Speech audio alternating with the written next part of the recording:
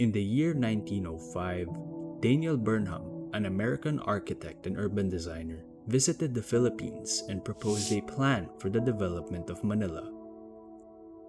A plan driven by principles that created a structure to the city, complementing its natural geography formed by Manila Bay and the flow of the Pasig River. It formalized needs and considerations for a growing urban population, placing civic awareness at its core, with streets radiating the essential programs of a city for political and economic development. He was also sensitive to adapting his principles to Manila's tropical climate and abundant natural vegetation. However, the plans were designed following Western developments and grid systems, with the automobile industry rising in the early 19th century. It did not anticipate the Battle of Manila in the 1940s that destroyed the city. And for many years, Manila has been struggling to move forward.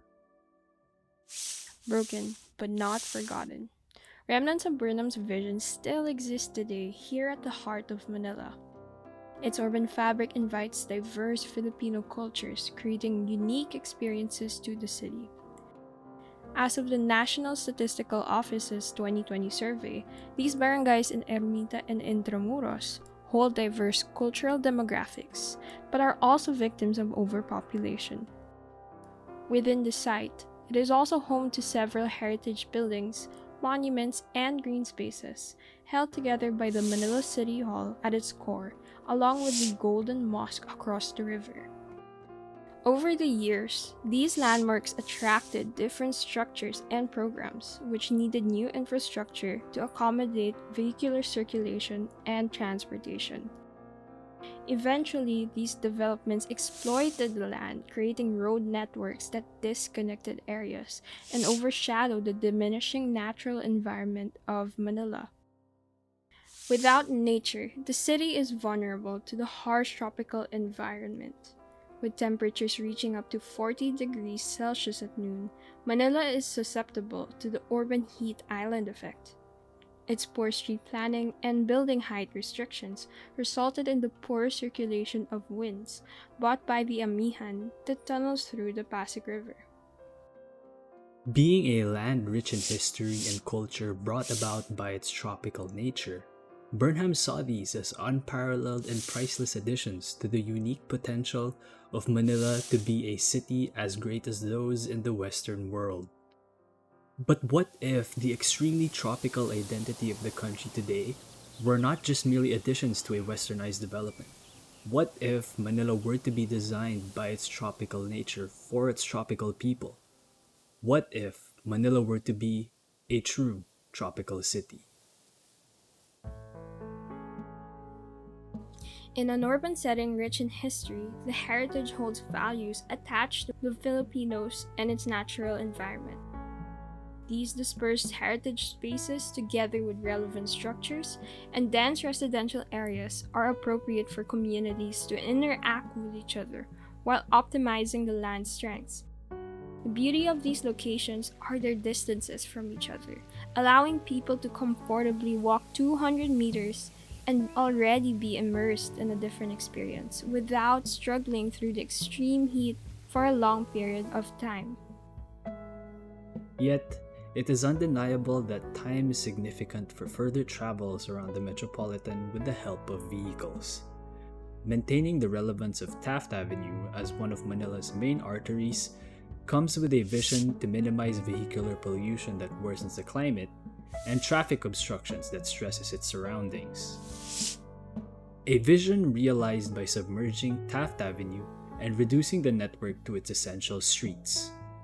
This opens up a path above the ground to reposition the LRT line, lowering vehicular obstructions, returning more land back to the people, and allowing commuters to witness the beauty as they are entering the heart of Manila. In a tropical city with a ground full of life, people can comfortably experience how all communities are interdependent. Strategically positioning different anchor points naturally grew new destinations for the people and possibilities for agriculture that enhance how Filipinos live with the existing heritage. The presence of complementary spaces made a new city hall and repurposed its heritage as a hotel for Filipinos and tourists, as well as a beautiful post office as a central bank for the surrounding business districts. In between these are supplementary structures that depend on these anchors to provide the people with many options for what they need and want to do. The paths laid along with and in between these choices are what influence the comfortable journey of the Filipinos throughout the city. Traversing the heart of Manila is the green strip framing the post office, and parallel to this is the riverfront welcoming people with a unique natural environment. In this journey, the paths lead the way to different landmarks, even across the river, leading people coming from Civic Ermita to the stunning Mahad Islamic Mosque. Another path over the river bridges the gap between the Islamic community and Ermita's University District that intersects the vista of the Manila City Hall heritage.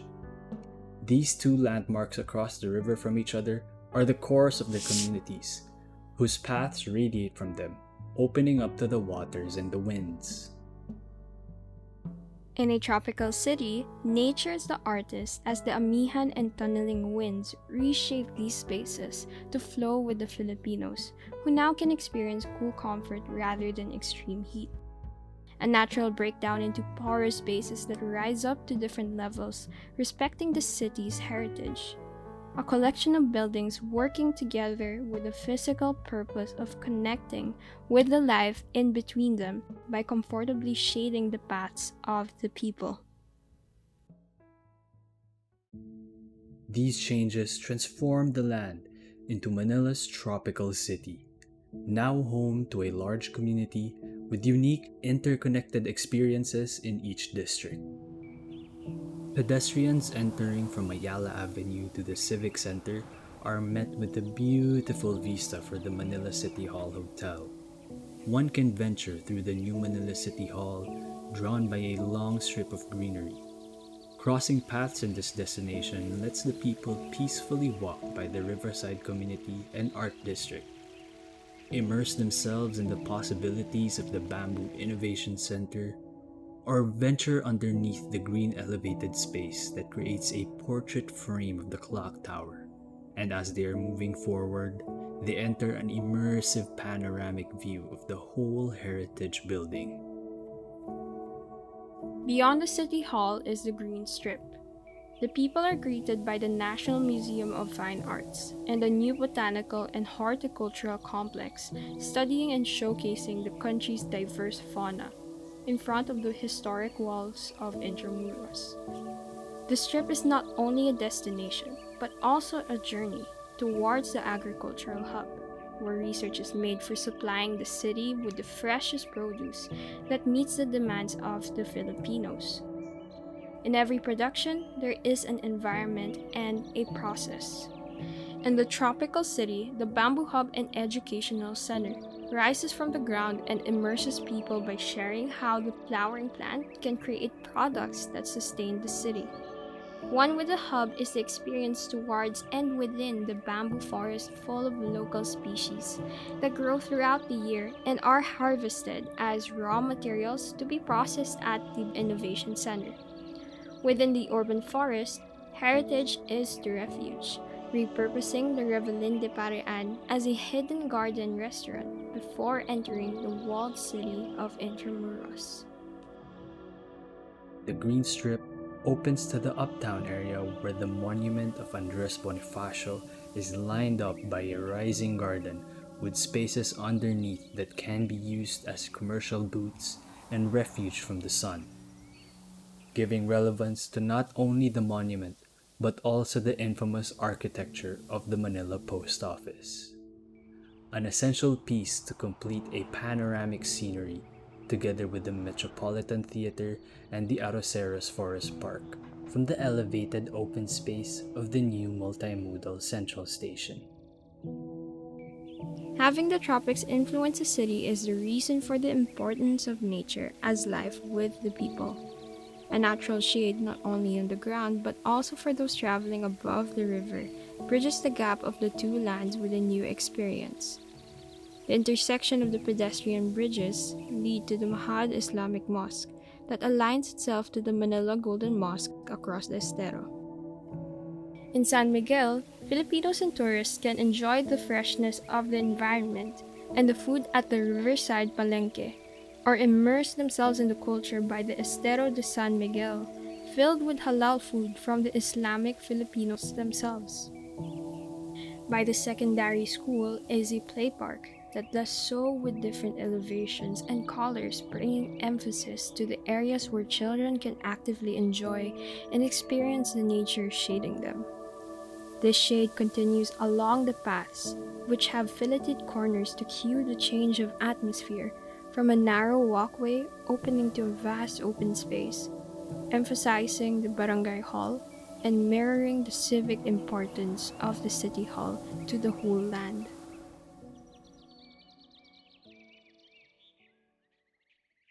In the year 2021, Manila can be developed as a city of its tropical environment, by its tropical culture, and for its tropical people.